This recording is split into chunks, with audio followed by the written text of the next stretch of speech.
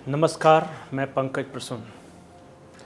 दोस्तों, इस देश में कुछ ऐसा हो रहा है जो आपके लिए जानना ज़रूरी है, लेकिन वो आम तौर पर खबरों में नहीं है। पहली खबर ये है कि मैंने एक दो दिन पहले आपको बताया था कि कैसे 14 अगस्त के रात 11 बजे एक प्राइवेट चार्टर्ड प्लेन हैदराबाद से उड़ती है। वो पाकिस्तान के कराची एयरपोर्ट पे जाती है और उसके बाद 12 लोग उस प्लेन में सवार थे और वो कराची के एक प्रभावशाली व्यक्ति से मिलते हैं और करीब 1-1.5 घंटे बाद वो वापस अपने प्लेन में बैठते हैं और वो दुबई उड़ जाते हैं। अब जो पाकिस्तानी मीडिया के हवाले से खबर है कि ये घटना पिछले 1.5 सालों में 6 बार हो चुकी है। और एक खबर और आई कि जो NSA अजीत डोभाल हैं, उनकी टीम के 3 सदस्यों को बर्खास्त कर दिया गया है। ये पूरा माजरा क्या है, अभी तक कुछ बातें सामने नहीं आई है, लेकिन अजीत डोभाल की टीम के 3 सदस्यों की बर्खास्तगी और ये प्लेन जो कि रात के अंधेरे में भारत से उड़ती है, पाकिस्तान के कराची एयरपोर्ट पे लैंड करती है, उसके बाद दुबई चली जाती है, अपने आप में एक रहस्यमयी कहानी बन चुकी है। एक और जो नेशनल सिक्योरिटी से ही जुड़ा मामला वो ये है कि एक रिसर्च टीम ने दावा किया है कि आम आदमी पार्टी के जो सोशल मीडिया प्रोफाइल्स हैं, जो ट्विटर अकाउंट हैं, चाहे वो अरविंद केजरीवाल का हो, आतिशी मार्लिना का हो, राघव चड्ढा का हो, ये कनाडा, कतर और लुफ्थानिया, ये 3 देश हैं, वहाँ से ऑपरेट होते हैं। और आम आदमी पार्टी का जो ऑफिशियल ट्विटर अकाउंट है वो भी वहाँ से ऑपरेट हो रहा है। ये घटना चौंकाने वाली थी, क्योंकि आपको याद होगा अमेरिका में जब प्रेसिडेंशियल इलेक्शन हुआ था तो ये आरोप लगे थे कि बाहर से, यानी वहाँ रशिया पे आरोप लग रहे थे कि डोनाल्ड ट्रंप का सोशल मीडिया प्रोफाइल या जो इनडायरेक्ट फंडिंग थी इसके चुनाव की, वो रशिया से हो रहा था और अमेरिका में ये बड़ा मुद्दा बना था। और भारत में अगर एक सबसे तेज़ी से ग्रो करने वाले, तेज़ी से बढ़ने वाली पार्टी का सोशल मीडिया प्लेटफॉर्म अगर कनाडा, कतर और लुफ्थानिया से ऑपरेट हो रहा है तो ये एक नेशनल सिक्योरिटी थ्रेट हो सकता है। दूसरी खबर झारखंड से है। झारखंड में आपको पता होगा कि रांची हाईकोर्ट के अधिवक्ता राजीव कुमार को किन हालात में बंगाल पुलिस ने पकड़ा, फिर ये दावा किया गया कि 51 लाख रुपए उनसे बरामद हुए। अब वो मामला ईडी के पास आ गया है। हमें जो जानकारी मिली है वो ये है कि अधिवक्ता राजीव कुमार सरकारी गवाह बन सकते हैं और जो उनकी तरफ से तैयारी है, हालांकि अभी तक पूछताछ शुरू नहीं हुई है, लेकिन उनकी टीम के सदस्यों ने नाम न बताने के शर्त पे कहा कि वो कुछ ऐसे खुलासे कर सकते हैं झारखंड में भ्रष्टाचार से जुड़ा, जिसकी चपेट में कई बड़े IAS अधिकारी, IPS अधिकारी आ सकते हैं।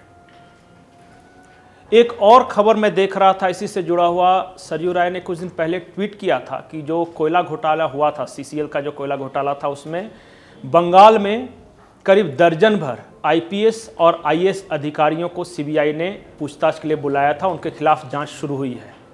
अब वो मामला बढ़ते बढ़ते झारखंड आ रहा है और हमें जो जानकारी है, ये राजीव कुमार क्या सबूत देंगे ईडी को, ये हमें नहीं पता, लेकिन कम से कम 1 दर्जन IPS और IAS अधिकारी ऐसे हैं झारखंड में जिनके खिलाफ ईडी की जांच शुरू हो सकती है।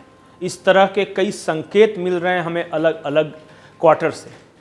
और आज मैंने एक जो खबर देखी अखबार में कि यहाँ के कई बड़े अधिकारी, प्रशासनिक अधिकारी केंद्रीय प्रतिनियुक्ति पर जाना चाहते हैं, तो एक वरिष्ठ IAS अधिकारी से बात हो रही थी। वो कह रहे थे कि झारखंड में अब इज्जत बचाना मुश्किल हो गया है ईमानदार अधिकारियों के लिए। अब ये इज्जत कैसे बचाना मुश्किल हो गया है, क्या हालात है यहाँ ब्यूरोक्रेसी में सरयू राय कहते हैं कि यहाँ गैंग्स ऑफ वासेपुर चल रहा है। एक पार्टी दूसरी पार्टी को देखना नहीं चाह रही है, लीक कर रही है कुछ खबरें, कुछ सबूत लीक कर रही है। उसमें मैं नहीं पढ़ना चाहता क्योंकि बेहद सेंसिटिव मामला है और जब ईडी इस मामले में हाथ डालेगी तो कई चौंकाने वाले खुलासे हो सकते हैं। तो झारखंड में भ्रष्टाचार की लड़ाई और गहरी, सनसनीखेज और कुछ विस्फोटक खुलासे हो सकते हैं, इसके लिए आप लोग तैयार रहिए। तीसरी बड़ी खबर है बिहार से, जहां जेडीयू में अजीब सा घमासान मचा है। करीब दर्जन भर विधायक ऐसे हैं जिन्होंने या तो खुल के महागठबंधन सरकार के खिलाफ बयान दिए हैं और यहां तक कहा है कि वो अब इस पार्टी में नहीं रह सकते हैं। कुछ लोगों का इस्तीफा हुआ है। आज एक सीनियर जेडीयू के लीडर हैं, उन्होंने पार्टी के सभी पदों से इस्तीफा दिया है। पवन वर्मा, जिससे पार्टी का थिंक टैंक कहा जाता था, उन्होंने टेलीविज़न चैनल पे इस्तीफा दिया और बाद में ट्विटर पे उसे पोस्ट भी किया। कुछ और विधायक है, बीमा भारती के बारे में आपने सुना होगा कि वो बयान क्या दे रही है। उन्होंने कहा कि जो लेसी सिंह, एकमात्र महिला मंत्री जो बनाई गई है, माफ़ कीजिए एकमात्र नहीं है, तो लेसी सिंह जो जेडीयू कोटे से बनाई गई है, उन पर अपहरण, हत्या और इस तरह के कई सनसनीखेज आरोप लगाए हैं बीमा भारती ने। तो कुल मिला के मैं ये देख पा रहा हूँ कि जेडीयू के अंदर सब कुछ ठीक नहीं है। उपेंद्र कुशवाहा की नाराज़गी हो, पवन वर्मा का इस्तीफ़ा हो, आज जो भूपेंद्र पटेल हैं उनका इस्तीफ़ा हो, सीनियर लीडर थे, उसके बाद जो 1 दर्जन के करीब विधायकों ने जो अपनी आवाज़ बुलंद की है वो है। तो कुल मिलाकर नीतीश कुमार की पार्टी का क्या होगा ये हमें नहीं पता, लेकिन हालात अच्छे नहीं दिख रहे हैं। लेकिन एक और बड़ी खबर, और वो खबर है नेशनल, और नेशनल खबर ये है कि आज बीजेपी ने अपने संसदीय बोर्ड और चुनाव कमेटी का जो इलेक्शन कैंपेन कमेटी है उसकी घोषणा की। और जो 2 नाम थे, नितिन गडकरी और शिवराज सिंह चौहान का बाहर जाना, येदियुरप्पा का अंदर आना, और ये कहा जा रहा है कि इलेक्शन कैंपेन कमेटी में जो देवेंद्र फडणवीस अंदर आए हैं उसके पीछे भाजपा की अंदरूनी राजनीति है। नितिन गडकरी का बाहर जाना, कई एक्सपर्ट्स ये कह रहे हैं कि एक तबका था भाजपा के अंदर जो कि नितिन गडकरी को मोदी के बाद कौन में एक चेहरा देख रहा था। और नितिन गडकरी जिस तरह से बाहर हुए, नितिन गडकरी को संघ का आदमी कहा जाता था कि वो राष्ट्रीय स्वयंसेवक संघ के बैकअप से यहाँ पर हैं और वो राष्ट्रीय अध्यक्ष रह चुके थे, काम अच्छा कर रहे हैं। ऐसे में क्या नितिन गडकरी का बाहर जाना कुछ राजनीतिक संकेत दे रहा है? क्या संकेत ये हैं कि बीजेपी मतलब मोदी और अमित शाह, जो इनकी नज़र में खटका वो बाहर गया।